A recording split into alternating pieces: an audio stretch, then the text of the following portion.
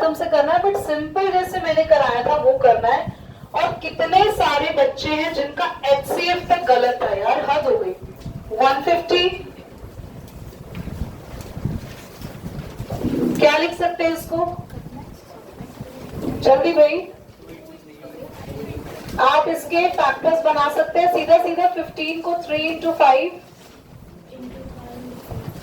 ये आया था आपका। 100 के लिए 5 into 2 into 5 into 2 ये आया था। कौन बताएगा क्लास में HCF कैसे लेते थे? कौन बताएगा? ट्यूशन का नाम ही काट के दूसरा लिखा हुआ तुमने देख रहे थे? हाँ जी बताएं प्रप्रीत। जो भी कॉमन होते हैं उनकी या सभी की लोएस्ट पावर। कितने नंबर यूज हो रहे हैं? एक तो 3, एक तो 2, एक 3 की लोएस्ट पावर क्या है?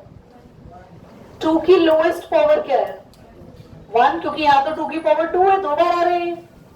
5 की पावर बड़ी है 2 और यहाँ पे भी 2 है तो 2। 25, 5 का पावर 2 25। आंसर कितना है? तो ये तो 50 नहीं आ रहा, क्योंकि एक मिनट सिर्फ वो बच्चे हैंड रेज करेंगे जिनको पता चल गया मैंने यहाँ पर क्या गलती करी। वेरी गुड बच्चों। प्रप्रीत से पूछते, प्रप्रीत एक ऐसा नंबर है जिनकी तुमने लोएस्ट पावर गलत बताई है। ध्यान से देखो प्रप्रीत। 3, क्योंकि यहाँ पे 3 है ही नहीं तो 3 की power the lowest power is, और 3 की पावर 0 क्या होगा? किसी की पावर 0। 5 का स्क्वायर 25, 25 2 समझ आ गया? अगला तो ये क्वेश्चन में ना अगर आपको पता चल गया ना आपका क्यों गलत है तो आप रिग्रेट करोगे। इसको इरेशनल प्रूव करना था ना तो यार इसको बस ऐसे लिखना था 2 + 5 को 7, और जैसे आपने √5 करना सीखा है, जैसे आपने √3 करना सीखा है। पता नहीं लोग क्या क्या कर रहे थे इसके साथ। और बस कुछ नहीं, इसको लेट करना था a/b के इक्वल पूरी line. Let √7 is a rational number which is equal to a/b where a/b are co-primes। बस फिर √7 into b is equal to a, फिर स्क्वायरिंग बोथ साइड करते तो 7b² is equal to a²। फिर a² is divisible by 7 so a is also divisible by 7। फिर a को किसके equal put करते? 7c के इक्वल पुट कर देते और हम आगे क्या लिखते हैं?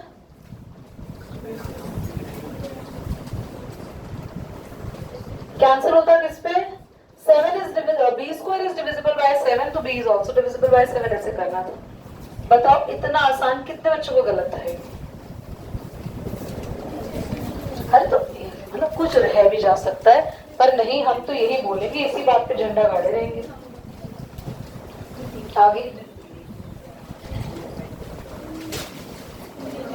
पूरा ही नहीं है।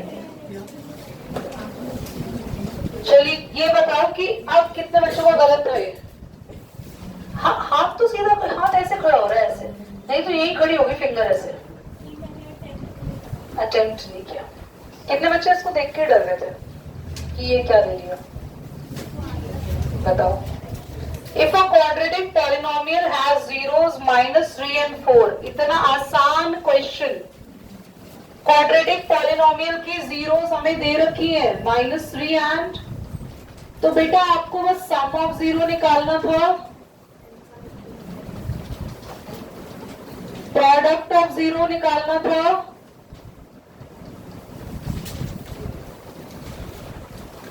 और बस x² k भी लिखते हैं ऐसे, x² - sx प्लस, याद आया? s की जगह क्या रखते हैं हम लोग? सम, जो कि 1 है। 1 लिखने की जरूरत नहीं है, खाली x से लिख दो और p की जगह प्रोडक्ट रख दिया -12। k आप यहाँ जाके 0 या लास्ट में लिख सकते हो, k is a non zero constant, और बस ये पॉलिनोमियल आपको बनाना था। कितने बच्चों का ये क्वेश्चन बिल्कुल सही था? और गलत किसका था?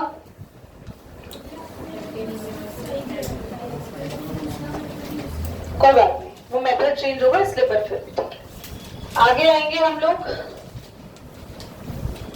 ये जिनके हाथ खड़े नहीं हो रहे, ना वो सही में है ना वो गलत में है, उनका हम, अच्छा उनको लास्ट में आप बच्चे बोल रहे हैं हमें डील कर दो अलग तरीके से। ओके, साक्षी ने हाथ ही नहीं खड़ा करा, क्वेश्चन सही है या गलत है? स्टेट द नंबर ऑफ,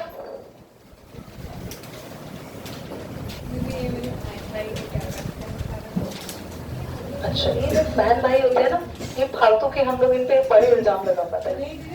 मैंने पता क्या किया था, पूरी दीवार पे ये बंद पॉज करना एक बार। Okay, now a shopkeeper has 144 apples and 100 oranges. He wants to arrange them in equal lots in separate heaps. What is the minimum number of fruit in each heap? कितने बच्चों का ये क्वेश्चन सही था? Very good, very good. और कोई गलत? क्या कर रखा था आपने इसमें गरिमा? और कोई? Very good.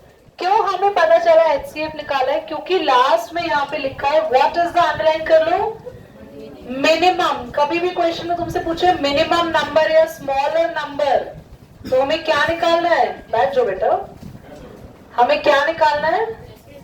HCF। चलिए HCF निकालना आता है सबको? कर दो अभी कैलकुलेट, 144 एंड 100 का जल्दी। जिन बच्चों का सब्स्टिट्यूशन गलत था मैं उनको जरा बता दूं। टोटल 11 क्वेश्चन है, जल्दी से हम लोग इनको सॉल्व कर लेते हैं और हम नया चैप्टर आज स्टार्ट करेंगे। उसमें कुछ रहता है अभी, चैप्टर 4 में क्या रहता है बच्चों? ओनली 2 क्वेश्चंस, ठीक है। ये कितने बच्चों का रॉन्ग था सब्स्टिट्यूशन? हैंड रेज करो स्ट्रेट। जिन्होंने किया नहीं वो भी हैंड रेज करो, क्योंकि वो भी देखते हैं।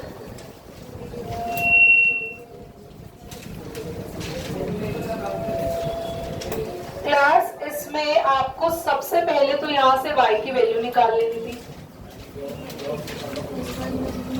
और इसको सेकेंड इक्वेशन में पुट करना था।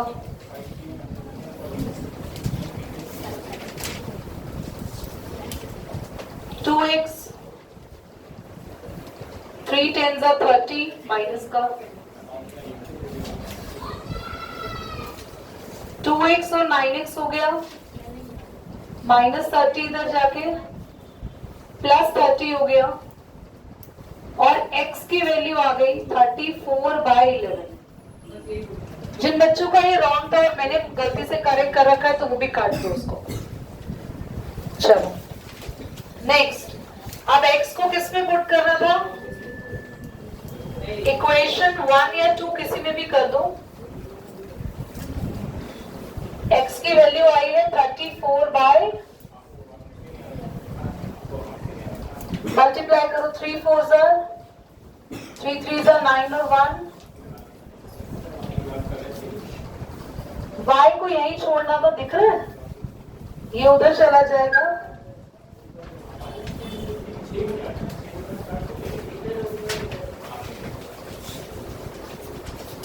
110 में से माइनस करेंगे कितना आएगा? कितने बच्चों ने ये दोनों वैल्यूज बिल्कुल सही निकाली थी? जिनका रॉन्ग था वो प्लीज उसको करेक्ट करो। क्वेश्चन नंबर 8 हमारे क्वेश्चन पेपर में था, the sum of the digit of 2 digit number. 2 digit का एक नंबर है, उनकी डिजिट्स का सम कितना है? 9। Also 9 times this number is 8 times the number obtain by reversing the digit. मुझे नहीं पता आप लोगों ने क्यों नहीं किया या किसी भी बच्चे का ये क्यों गलत था, बिकॉज ये एग्जैक्टली बुक का ही क्वेश्चन था, इफ यू रिमेम्बर। हालांकि हो सकता है कि कुछ टर्म्स चेंज हो, but question was same.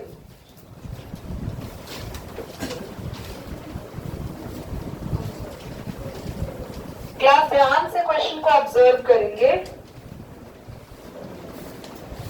The sum of the digits of 2 digit number। तो पहले तो लेट कर लो, let the unit digit, unit यानी ones digit,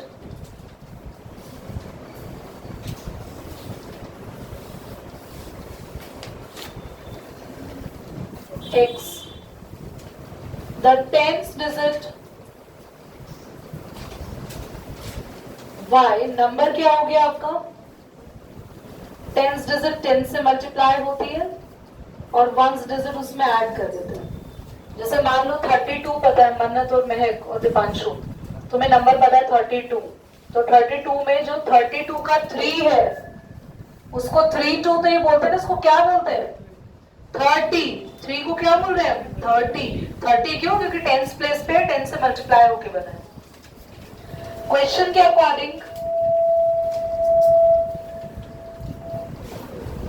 अकॉर्डिंग इसने बोला बस सम ऑफ द डिजिट्स, पहली इक्वेशन यही बना लो, सम ऑफ डिजिट्स कितना है?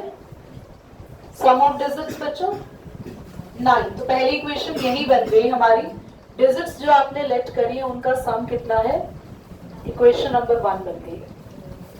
सेकेंड में इसने बोला है 9 टाइम्स दिस नंबर, जो आपका नंबर आया ना उसको 9 टाइम्स करो, 9 टाइम्स दिस नंबर। उसके बाद लिखा है इज का मतलब है क्या लगाना है आपको? 9 टाइम्स नहीं 10 times. 10 times this number is के लिए लगाया equal to 8 times the number obtain by reversing the digit. अगर आप डिजिट्स को रिवर्स कर दो, डिजिट रिवर्स करने का मतलब है x को आगे ले आओ और y को, वो 8 टाइम्स हो जाएगा उस नंबर के जो डिजिट को रिवर्स करने पे मिला है। दोबारा समझ लो, हमने 1 और 10 वाले डिजिट्स को लेट कर लिया x और y, उनका सम कितना रख दिया 9, क्योंकि क्वेश्चन में बोला डिजिट्स का सम है 9। फिर मैंने एक नंबर बनाया, क्वेश्चन कह रहा है नंबर का 10 टाइम्स किसके इक्वल है? 8 times the number obtain by reversing the digits. अब जल्दी से आगे बढ़ेंगे, 10 को मल्टीप्लाई करेंगे,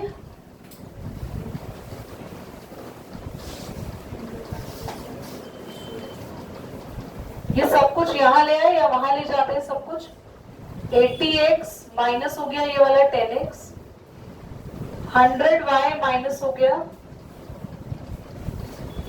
80x में से 10x गया और ये कितना आया? ये आपकी सेकेंड इक्वेशन बन गई। इसमें से कुछ कॉमन ले सकते हो ताकि तुम्हारी इक्वेशन शॉर्टर हो जाए। 10 के टेबल में आते हैं दोनों, अंदर बच जाएगा 7x,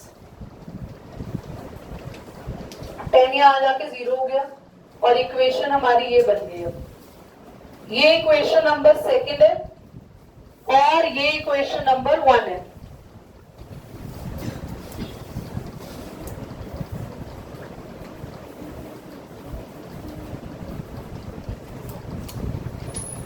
दोनों को जैसे मैंने सिखाया सब्स्टिट्यूशन से सॉल्व करो।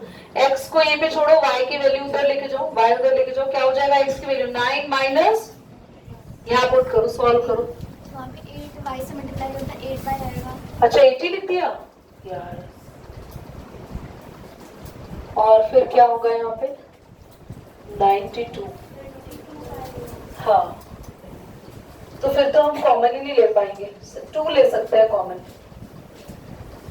2 ले सकते हैं, तो आपके पास बनेगा 2 3 6 2 5 10।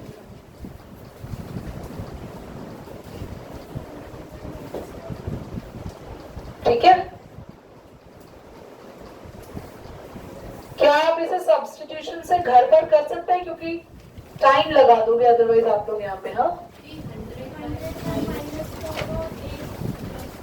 ये भी चेंज होगा 100y माइनस का, बस साइन बदलेगा ना इसके लिए, बस बाकी सारी चीजें सेम है।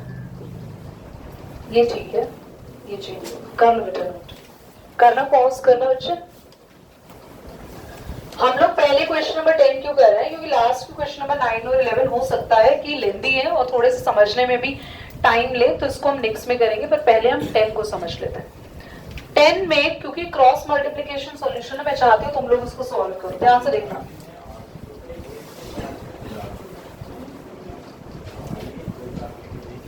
लेट द एज ऑफ ए की एज होगी x years, B की एज कितनी हो जाएगी बेटा? क्वेश्चन में 2 केस बताए, एक तो 5 years ago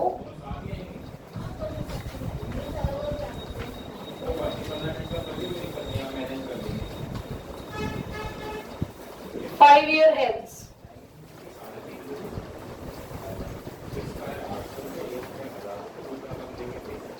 ध्यान से देखना, 5 साल पहले दोनों की एज हो जाएगी x-5 और दूसरे की हो जाएगी, मैं रेशो में क्यों लिख रही हूँ क्योंकि फर्स्ट लाइन देखो, the ratio of age A की एज टू द बी की एज कितनी है 5 ईयर हेंस का मतलब है दोनों की प्रेजेंट एज में 5-5 साल आप ऐड कर दो। और अब दोनों की रेशो कितने आएंगे जल्दी से बताओ, क्रॉस मल्टीप्लाई करो, 4 को दोनों से मल्टीप्लाई करेंगे और 3 को भी। क्या आप इक्वेशन बनाएंगे खुद से, क्रॉस मल्टीप्लाई करो, खुद बनाओ बेटा, कैलकुलेशन खुद करो। फाइल कर रहा बच्चा, ये देखिए जिन बच्चों का गलत आंसर आ रहा है वो क्यों आ रहा है। यहां हमने किया 4x 4 5s are 20, 3y 3 5s are 15, 4x 3y इधर आ जाएगा माइनस का और 20 इधर चला जाएगा प्लस का, तो ये इक्वेशन बनी 4x minus 3y is equal to 5। Equation सही बनी थी आप लोगों की? चलो 6 से मल्टीप्लाई डायरेक्टली कर रहे हो, 6 into x Deepanshu, 6 into x, 6x तो बोलो, 6 5s are 30, 5 into Y, 5 5s are, तो 6x माइनस 5y, 25 माइनस 30, तो 6x minus 5y is equal to -5। ये बनी इक्वेशन। फर्स्ट इक्वेशन से अगर आप x की वैल्यू निकालेंगे, x की वैल्यू निकालेंगे तो 3y को इधर ले जाओ और x की वैल्यू आ जाएगी 5 प्लस 3y अपॉन में 4। कैसे निकालते हैं x की वैल्यू को, जो सब कुछ होता है y वगैरह वो यहाँ ले जाते हैं और x के साथ जो मल्टीप्लाई में होता है वो नीचे डिवाइड में आ जाता है। क्या हो गया, वो सही आएगा। सेकेंड इक्वेशन में पुट करेंगे 6x minus 5y is equal to -5, x की वैल्यू रखी 5 प्लस 3y अपॉन 4, 2 से इसे काट दिया, 3 अंदर मल्टीप्लाई होगा, 3 5s are 15, 3 3s are 9। दिख रहा है क्या तुम्हें, दिख रहा है यहाँ पे बच्चा? एलसीएम ले लोगे तो 2 5s are 10 और एलसीएम कितना आया पता है ना, एलसीएम 2 और इसके नीचे कुछ भी नहीं है 1 मान लो, 5 2s are 10, यहां कर दो। ये भी देख लो 9y और 10y प्लस माइनस माइनस होंगे, 9 10 में से 9 गया, एक ही y बचेगा पर माइनस का, 2 इधर चला जाएगा, 10 आ जाएगा, minus y is equal to -10 -15 minus का 25, माइनस से माइनस कट गया, y देखो कितना आसानी से आ गया मेरा 25। और अब y को पुट करेंगे किसमें, यहाँ पे रख दो जहां पे हमने x की वैल्यू निकाली थी और वहां से x आ जाएगा, तो y कितना था 25, 25 इंटू 3 होता है 75, 75 प्लस 5, मुझे बताओ क्या ये डिफिकल्ट था? बस कितने बच्चों की कैलकुलेशन मिस्टेक हुई और कितने बच्चों ने तरीका ही गलत किया? तरीका सही जा रही थी पर आगे सॉल्व कर। चलिए नोट करिए बेटा, कर दो, पॉज कर दो, बंद ही कर दो उसको।